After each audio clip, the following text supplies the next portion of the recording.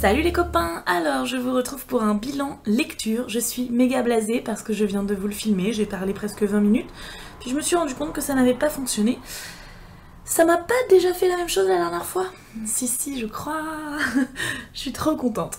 Donc la dernière fois je vous quittais, j'avais plusieurs lectures en cours, notamment un livre sur ma liseuse, Sang de pirate d'Elisabeth Tremblay aux éditions Mortagne. C'est un roman de fantasy très original, avec lequel au début j'ai eu beaucoup de mal. Ça se passe dans un monde dans lequel il y a plusieurs races d'hybrides, avec des noms ultra compliqués, avec des pouvoirs particuliers à chaque race, des hiérarchies hyper compliquées aussi, et au début j'ai eu beaucoup de mal à m'y retrouver. En fait, il y a un lexique à la fin du livre, mais comme je l'avais en version numérique, c'est ultra relou d'aller à la fin du livre à chaque fois, donc du coup, j'allais pas voir le lexique et j'étais un peu paumée au début. Donc le roman se découpe en deux parties. La première partie, l'auteur nous raconte une légende. En fait, un pirate hybride, va décider de se venger, je ne vous raconte pas de quoi il se venge, et il va cacher des trésors dans plusieurs parties du monde, protégés par des âmes maudites. Et voilà, ça c'est la première partie du roman. La deuxième partie se passe je ne sais combien de siècles plus tard. Et là, le monde a complètement changé. Les hybrides sont devenus des races persécutées qui doivent se cacher, vivre dans le secret, parce que sinon, en fait, on essaie de les capturer, de les tuer, de les exploiter, pour réussir à retrouver le trésor maudit, parce que seuls les hybrides ont le pouvoir de retrouver ce trésor. On va donc suivre deux adolescents hybrides, qui vont donc partir en quête du trésor. Je ne vous dis pas si c'est voulu ou non, ça vous le découvrirez si vous lisez le livre. Cette deuxième partie du roman, j'ai beaucoup aimé. Les personnages des deux adolescents sont très attachants, hyper intéressants, et j'ai vraiment été emportée par l'histoire. Il se passe énormément de choses, beaucoup de rebondissements, on ne voit pas où l'auteur va, on est surpris à quasiment chaque chapitre. Il y a des passages très durs, très trash, c'est âme sensible s'abstenir, c'est pour ça que je le dis, mais vraiment j'ai trouvé ça très intéressant. Très original, je crois que je l'ai déjà dit, mais au cas où je le redis. Très dense, très fourni. Et la fin... Oh là là, la fin du tome 1, mais obligatoirement, vous voulez dire le 2. Le 2 n'est pas encore sorti, et là, j'attends avec impatience qu'il sorte. J'ai vraiment adoré la fin du roman.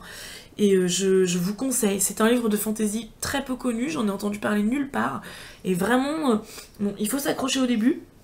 Ou alors il faut que vous preniez la version papier pour pouvoir aller vers le lexique plus facilement. Mais vraiment, je vous le conseille, de la très bonne fantaisie, très originale. Ensuite, j'ai fini la saga Delirium de Lorraine Oliver. Là, c'est chez le Livre de Poche.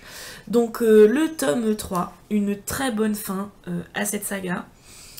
C'est définitivement une de mes sagas préférées.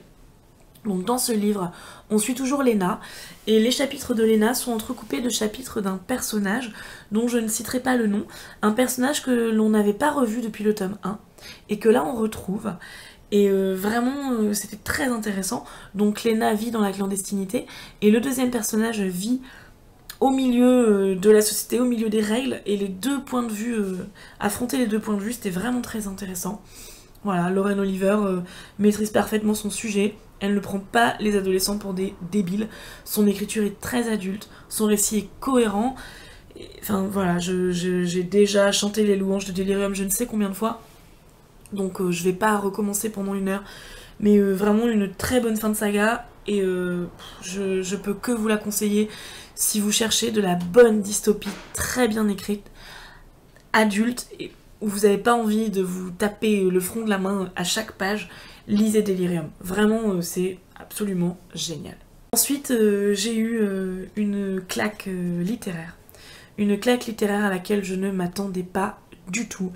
J'ai eu une claque avec Les raisins de la colère de John Steinbeck. Là, j'ai la version chez Folio. Donc je l'ai dit, j'avais arrêté ce livre il y a 5 ou 6 ans parce que je m'ennuyais à mourir. Là, je l'ai repris et je suis heureuse de l'avoir abandonné il y a 5 ou 6 ans. En fait, il y a quelques années, je n'étais pas prête à lire ce livre, je n'étais pas prête à voir l'ampleur de ce récit et à voir le génie de John Steinbeck. Et là, j'étais plus adulte, j'étais plus mature et j'étais prête à comprendre la portée de ce roman. Et ouais, une claque, vraiment. John Steinbeck est un génie. Donc, Les raisins de la colère. Ça se passe juste après le crack de 1929. Donc ça doit être, ouais, début des années 30. Ou voilà.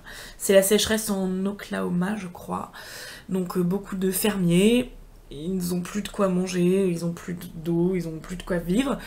Et on leur fait miroiter que la Californie est un pays, c'est le paradis. Que forcément s'ils vont en Californie, ils trouveront du travail, que là-bas ils seront heureux, que là-bas ils seront riches, que c'est l'abondance, etc. Donc ils décident de migrer pour aller en Californie. Sauf que tout le monde décide de faire ça. Tous les Américains décident de faire ça. Donc on va suivre leur périple. Au début, on se doute que ça va mal se passer, mais on espère quand même. Et bon, et voilà, il y a... Et enfin voilà, je vous raconte pas, je vous spoile pas. Mais c'est absolument génial. On suit une partie du récit au passé. Donc c'est la partie romancée. Donc on suit les personnages principaux. La famille Joad. Et donc c'est entrecoupé de chapitres au présent, dans lequel John Steinbeck nous fait une critique de la société, une critique du capitalisme, qui après sera illustrée par ce qui arrive aux personnages dans les parties au passé. Et cette construction de roman est absolument géniale.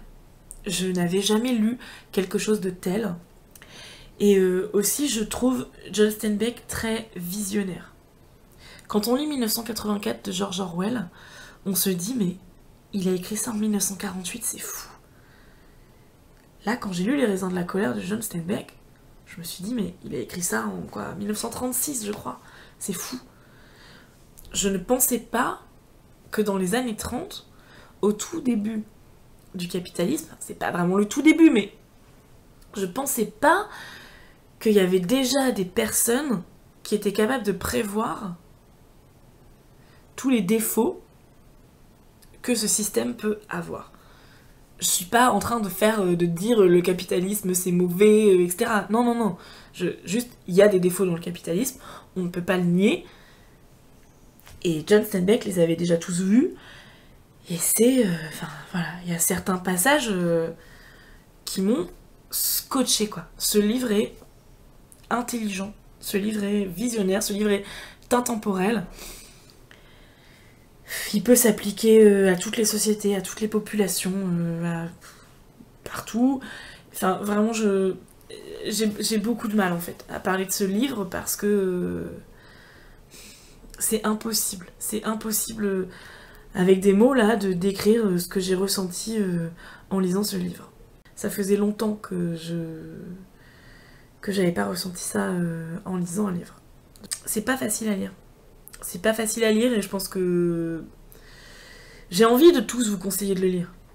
Mais je pense que ce livre n'aura pas le même effet pour tout le monde. Mais là, je crois que je l'ai lu au bon moment. J'étais prête. J'étais prête à comprendre la portée du message de John Steinbeck. Et je l'ai pris en pleine face, son message. Les raisins de la colère, de John Steinbeck. Un livre explosif. Ensuite, j'ai lu Fuck America de Edgar Hilsenrath aux éditions Point. Donc c'est un juif allemand dans les années 50 à New York. Il essaie d'écrire un roman, c'est un gros loser, il a pas d'argent, il vit de petits délits, on va dire. Il est alcoolique, il se lave pas, il lave jamais ses vêtements, il pense qu'à faire l'amour, voilà, enfin baiser on va dire, parce que clairement il pense pas à faire l'amour, il pense à baiser. Le style est très oral. Au début j'ai eu beaucoup de mal avec le style, je comprenais pas trop où l'auteur voulait en venir. Finalement c'est une critique de la société américaine, donc ça faisait un peu écho aux raisins de la colère, mais c'est vraiment pas au même niveau. Bon, au final j'ai fini par m'attacher un peu au personnage et par m'intéresser au style. Et du coup j'ai bien aimé, c'était une lecture agréable. Mais vous voyez, je l'ai lu il y a une semaine, 2 semaines et je sais même plus comment ça se finit en fait. Je sais même plus trop de quoi ça parle. Et ouais, je sais pas. Je l'ai lu très vite, j'ai dû le lire en 2 jours. C'était sympa à lire, mais clairement, j'en garderai pas un souvenir immémorable. Je suis en train de lire 2 livres. Je suis toujours en train de lire Même pas mort, de Jean-Philippe Jaworski, Au mouton électrique. Il me reste 30 pages, donc je l'ai presque fini. J'aime bien. C'est du Jaworski, donc forcément j'aime bien. Il y a beaucoup plus de magie, le côté fantasy est beaucoup plus développé que dans Gagner la guerre par exemple. Donc c'est appréciable. On suit un guerrier celte. Donc il a été tué pendant un combat. Il aurait dû mourir, et finalement il est même pas mort.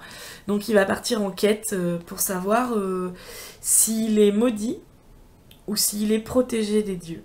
Voilà, le fait qu'il soit resté vivant, est-ce un bon présage ou un mauvais présage?